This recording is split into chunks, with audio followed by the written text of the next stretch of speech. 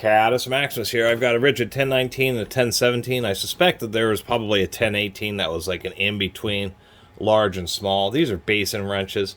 Here's what like a higher quality, more standard grade one looks like. In particular, you'll notice that they just use a regular roll pin to hold the jaw on. You'll see on a cheaper one, the bottom jaw is flat.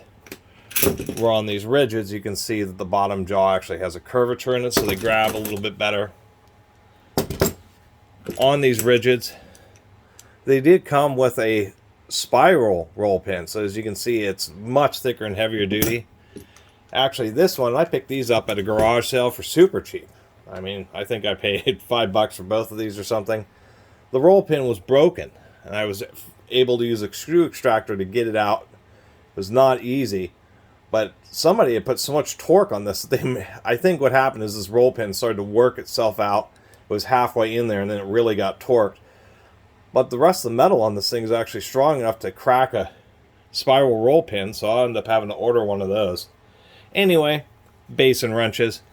You know, if you need to replace the float assembly and, say, your toilet tank, it's really hard to get down in there with any kind of normal wrench, and so that's what Basin wrenches are for. Basic ones are just a single round rod. This one's a little better at its extension, and then the Ridgids are really good because even though they're hollow steel, you can see they put in a steel block. I mean, this thing has been torqued so hard the handles are bent on both of these. But they put in the steel block just to help reinforce it, and of course, it does have these different positions so that you can extend it. So these aren't exclusively for replacing float assemblies and toilet tanks. They can be used anytime you're trying to get access to some kind of liquid fitting or even air fittings, that type of thing, because it's like a crow's foot pipe wrench. And so, of course, this one is just much larger for working on much larger fittings, and hence why it had the damage. I mean, it's kind of surprising how big this jaw is. You could get this around some pretty large objects. Far larger than really what this whole handle system is designed to take. Kind of difficult to get the detent going, but it's nice that they're adjustable. And then, of course, the more regular one here, this is the more standard size unit, and the same thing. Although this one really doesn't want to slide that easy.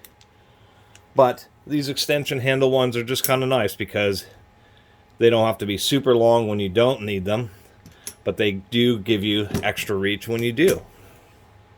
And like I said, they're just like crow's feet. They allow you access to pipe fittings. These can be used on air fittings and all sorts of stuff, not just bathroom fixtures. Whenever you need that particular type of access that only a Basin wrench can provide you. And to tell you the truth, when it comes to these things, if you just need a basic one, get a basic one, and you're only going to use it once or twice.